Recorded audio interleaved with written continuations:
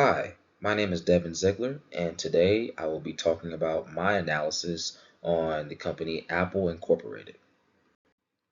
So, as we all know, Apple has been at the center of technology innovation since it was founded in around the 1970s by Steve Jobs, Wozniak, and Ronald Wayne as well. They started with the Apple I and Apple II computers, and pretty much Apple transformed the way people interacted with technology as a whole. The launch of the Macintosh in 1984 with its user-friendly and graphical interface was another milestone that got added on to that as well. But however, the true turning point didn't come around until around 1997 when Steve Jobs returned to Apple. And under his leadership, Apple streamlined its product line. It launched the iPod and iTunes Store, and ended up reshaping smartphone industry with the iPhone in 2007. And so today, as we know, Apple is valued as a multi-trillion dollar company, and it operates in more than 400, 500 retail stores worldwide, and pretty much just continues to lead in consumer electronics. That also accounts for software and digital service as well. Apple's influence goes just far beyond computers. It now encompasses music, entertainment, wearables such as the Apple Watch, and cloud services as well, all while maintaining a strong focus on design and innovation overall.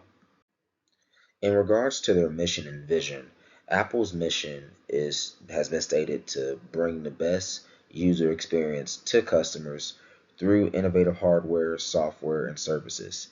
So you would think that this emphasizes Apple's focus on seamless integration while maintaining premium customer experience. This, along with their vision statement being to create the best products on earth and to leave the world better than we found it, reflects not only their dedication to quality and design, but also their commitment to sustainability and corporate responsibility. Together, these statements highlight Apple's dual focus delivering cutting edge technology while also being socially responsible. They serve as guiding principles for both product development and a long term strategy for the company as well. Now, Apple operates on a differentiation based business model, meaning rather than competing on price, the company emphasizes innovation, design, and user experience as its metric system. Apple's ecosystem is really its greatest strength. You have customers who own iPhones that are more likely to purchase AirPods and an Apple Watch, or they're going to subscribe to Apple Music. So it's kind of this interconnected ecosystem that creates long-term customer loyalty. And so then when you add that on to the financial aspect, Apple still remains highly profitable.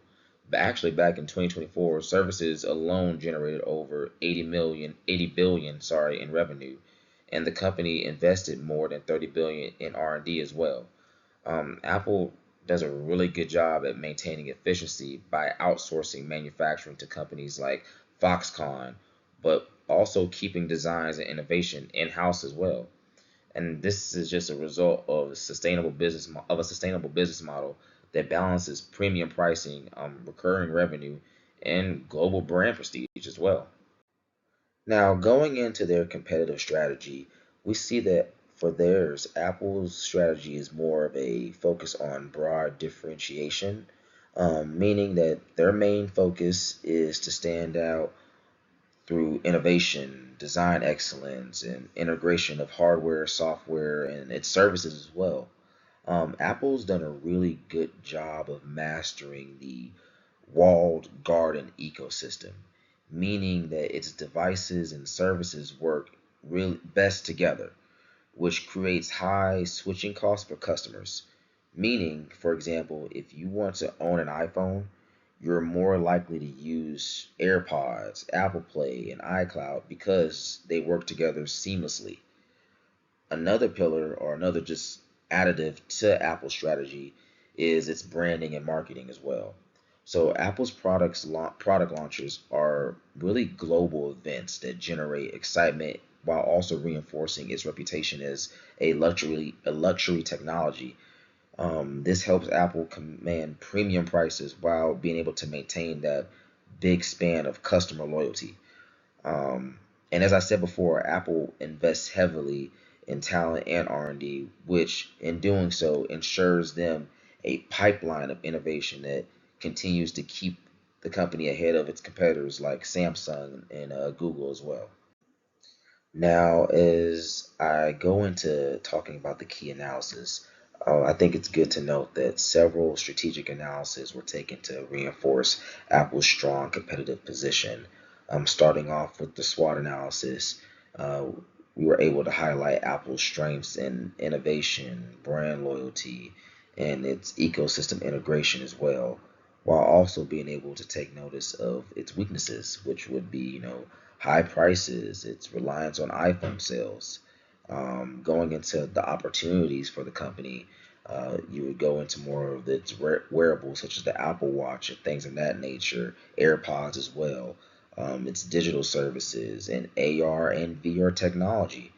While threats would include, the regulation and global supply chain risks that come from being a high manufacturing company such as Apple.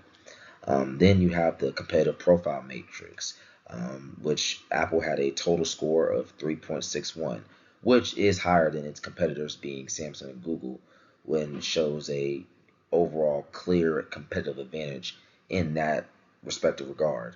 Um, After doing a EFE matrix, which its score was 2.71, and a IFE matrix, the score of the IFE being 2.70. Both are above average and show that Apple is proactive in leveraging opportunities while also managing its weaknesses as well. And lastly, the BCG matrix that shows that the iPhone is a cash cow, while services and wearables are considered to be stars, but with high growth potential. These tools confirm that Apple's leadership is strong, but requires just more continuous innovation in order to sustain and be as competitive like it's always been. Now, in regards to financial performance, I mean, Apple's financials are probably one of the strongest in the world. The company consistently maintains an operating margin of above 30%, while its net profit margin is above 25%. Its earnings per share constantly grow, and are supported by both revenue expansion and stock buybacks. The return on assets is close to 20%, but the return on equity is high. It's like past 75%. So this from that we're able to see that they're highly efficient in using resources. Liquidity is also strong, with the ratio being above 1.1, which shows that Apple can meet its short-term obligations while continuing to invest in its growth. They're really good at maintaining their debt levels, and they reflect strong financial management. But overall, these numbers show that Apple will not only generate strong profits, but is getting a high ROI on their R&D. And so just constantly, expanding their services and being able to reward their shareholders are just the rewards that they're reaping from all this success financially.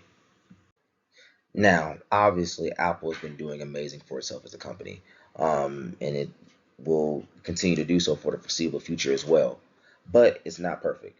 So, based on this analysis that I've conducted so far, I recommend five key strategies for Apple moving forward.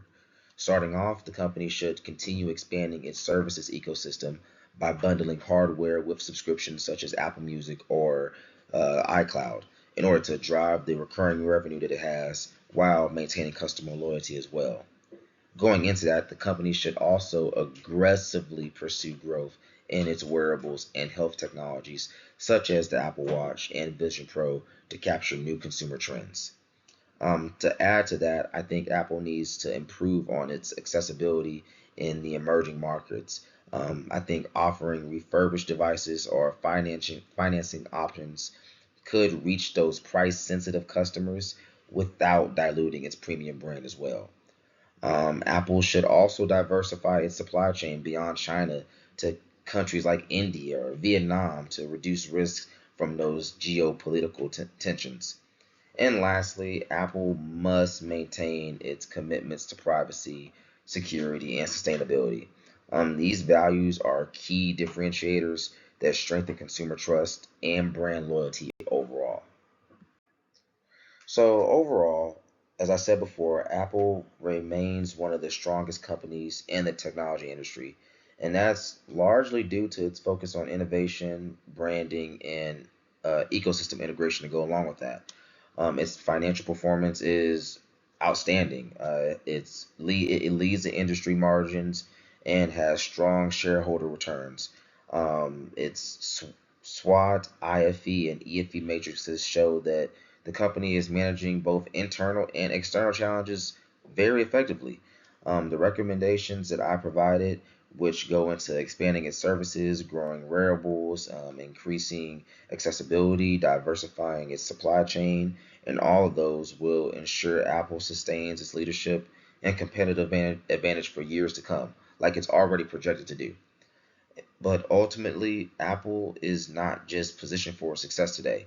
It is building a foundation for long-term growth and resilience in a ever-changing global market. Um, my name is Devin Ziegler, and thank you for listening to my analysis.